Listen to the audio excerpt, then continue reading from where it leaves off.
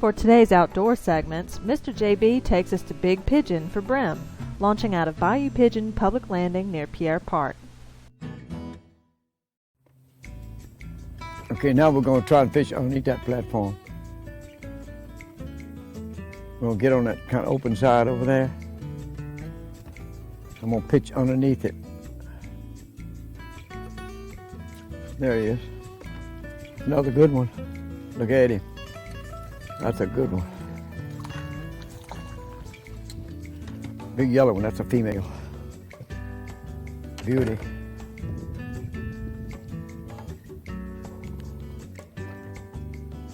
There you go, underneath there.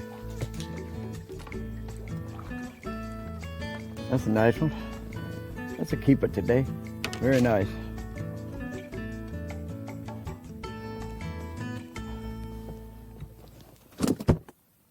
Folks, I knew where these fish were.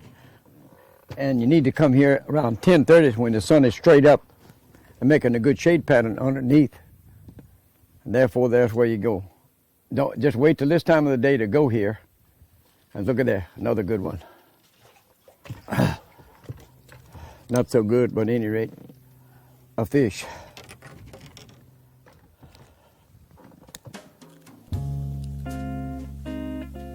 There he is again.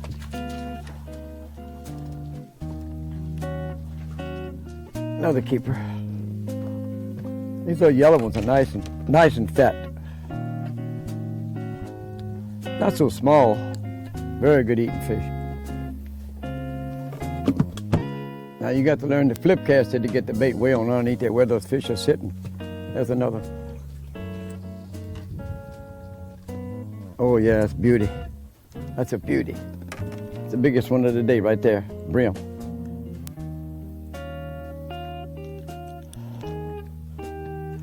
What did it say? Like shooting fish in a rain barrel? I never have seen anybody shoot fish in a rain barrel, but I heard about it. This is like catching fish in a rain barrel. What do you think about that? That's good. He's great. He's a good one. He's a yellow one. They are fatter than the red ones. This is a beauty. Now we're going to show you what we're using to catch these fish.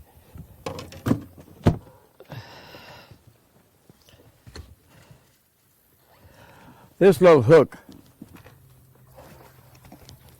is called Salter's weighted panfish hook. It's acid core solder affixed onto a number 6 Aberdeen hook, slight bend in it, and it drops slowly through the water, allows those brim time to get to it. Now here's what we're using. We're using Flukus crickets from Lobdell, Louisiana. So he'll stay on there good. We thread him right underneath the collar and right on out the back. Let the hook stick out, just like that. And he's gonna come in upside down. It makes no difference. It's just that he'll stay on there better than hooking him crossways. That's what we're using today. This is called Salter's weighted panfish hook. It comes in 3 weights: 1/64, 1/32, and 1/16. And you use whichever one is necessary for you to catch the most fish with. Oh, what a beauty! What a beauty! Woo, what a beauty, and what a eater. Nothing eats better than bluegill fried in cornmeal. Folks, you're watching the Outdoor Kitchen Show. We're out in the Chaplow Basin catching bluegill on salted jigging pole with a weighted hook and a cricket, Flukus crickets. Stay tuned, we'll be right back.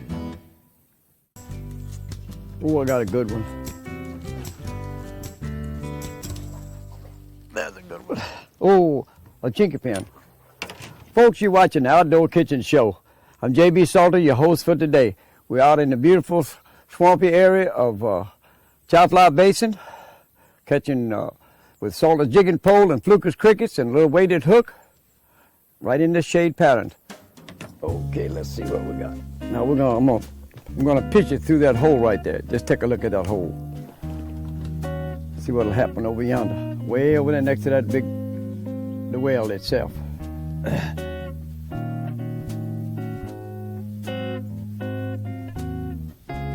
There he is. That's him. Beauty. How about that? Little accuracy there. That's beautiful. Good one. Another good one. Yeah, man. Nice. That's another nice one. There's a little old blackie here. Main thing about jigging pole is that you use a cork. You pop the cork a little bit, make a little noise on top. But in tight line fishing, you don't. You just kind of go straight down with it, wiggling, and you pick it up fast and stop, wiggle it and going on down, wiggle it going down, stop, move over. That's a straight down vertical fish. Now, if I see slack, I'm gonna set my hook. I don't know what it is. But that's a lot of these fish today, I never felt the fish. Matter of fact, I don't really want to feel them. I want to see slack. That means they've got it further in their throat. You'll notice I pick my pole up and stop, and go down, wiggling it as I go down, stop. Pick it up again, swiftly, don't wiggle it coming up. Yeah, it's going down. You don't want him to feel the line on his lip and spit it out because he knows nothing's supposed to be pulling on his lip. That's the way you tight line fish. If you'd like to learn more about basin fishing, give Mr. JB a call at the number on your screen. Mr. JB Salter also teaches leisure classes on pan fishing at LSU. Now, let's get back to Kevin Boudreau and his tailgating special.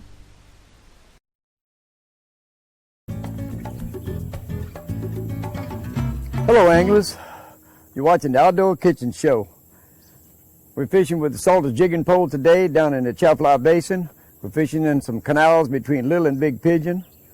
And the greater Chafla Basin here, which is one of the greatest places in the United States for catching panfish, we launched at the Pigeon Landing.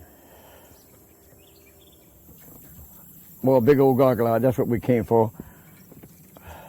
Goggle eye, sac-a-lait, brim, bluegill, everything hits these jigs.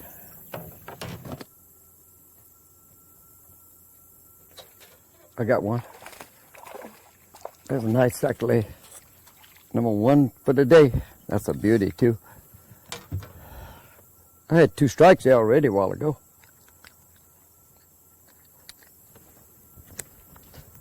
Folks, we want to show you what we're using today for a bait.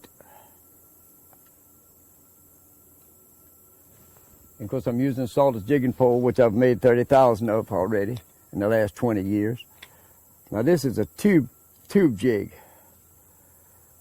That's got a red head, black and chartreuse sparkle tail with a plastic weed guard glued to the front of it so that it makes it weedless so we can fish these treetops down here more thoroughly and not get hung. Stay fishing the whole time. That's nice, isn't it?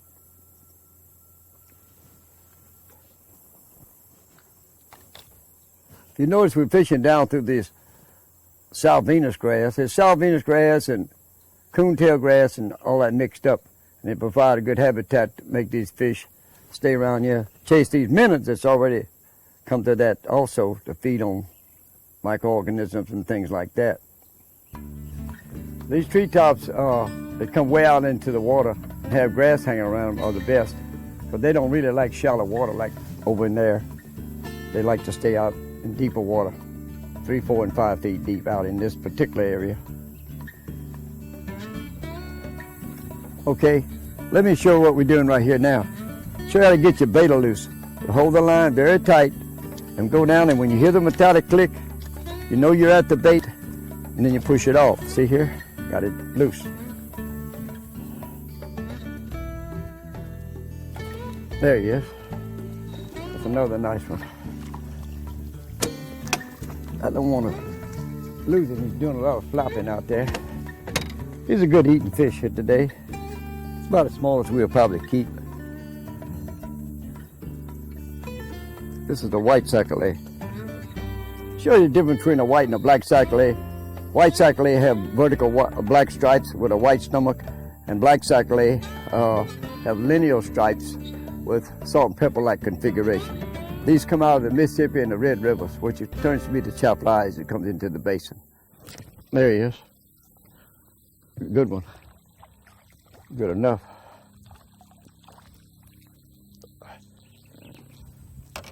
Dragging over that log, folks. with a good weed guard so I can drag close, touch it all the way across, all the way down it. Now look how you fix the weed guard. Very carefully.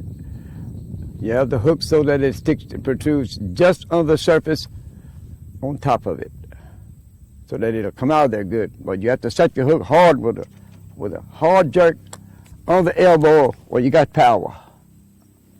And sometimes underneath bushes you got to use both hands, your elbow, your forearm, and one hand, okay? Thanks, Mr. JB. Now it's time to get cleaned up and head back to the kitchen. When we come back, we'll be cooking blackened tuna and scampi. You're watching the Outdoor Kitchen Show.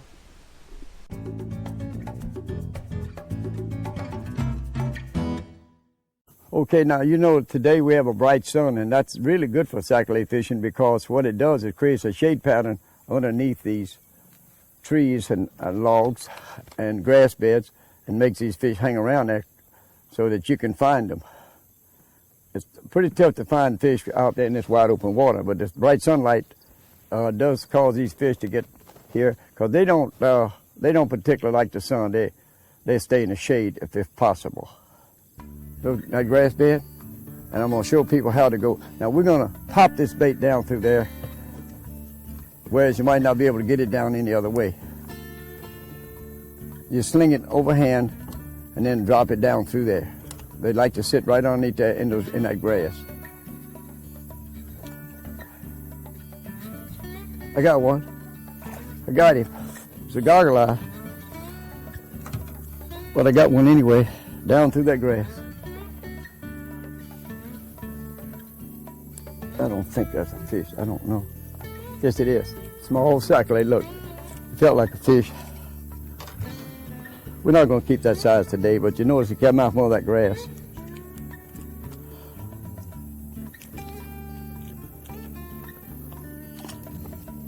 Okay, we're going to move. We're going on to that good place. I'm going to turn.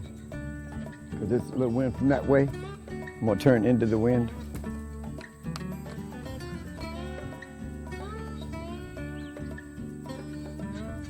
There's one. Not too big, but he's a fish. That's an eater, huh?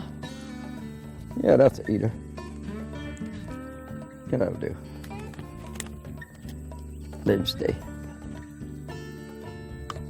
There's one. That's a good one. That's a good one. Good enough.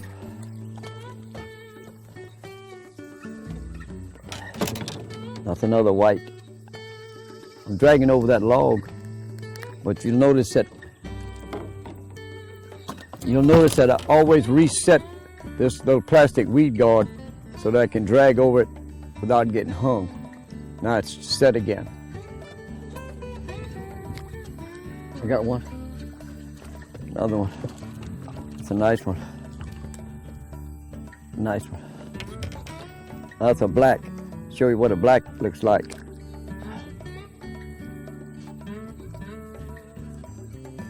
Lineal stripes with salt and pepper-like configurations of the spots.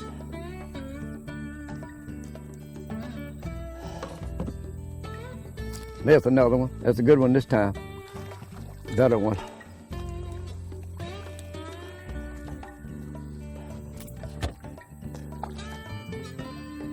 They get no bigger. Now that's the biggest one today. Probably about a little over half a pound, maybe 3/4. Stay tuned. We'll be right back with more from the Outdoor Kitchen Show.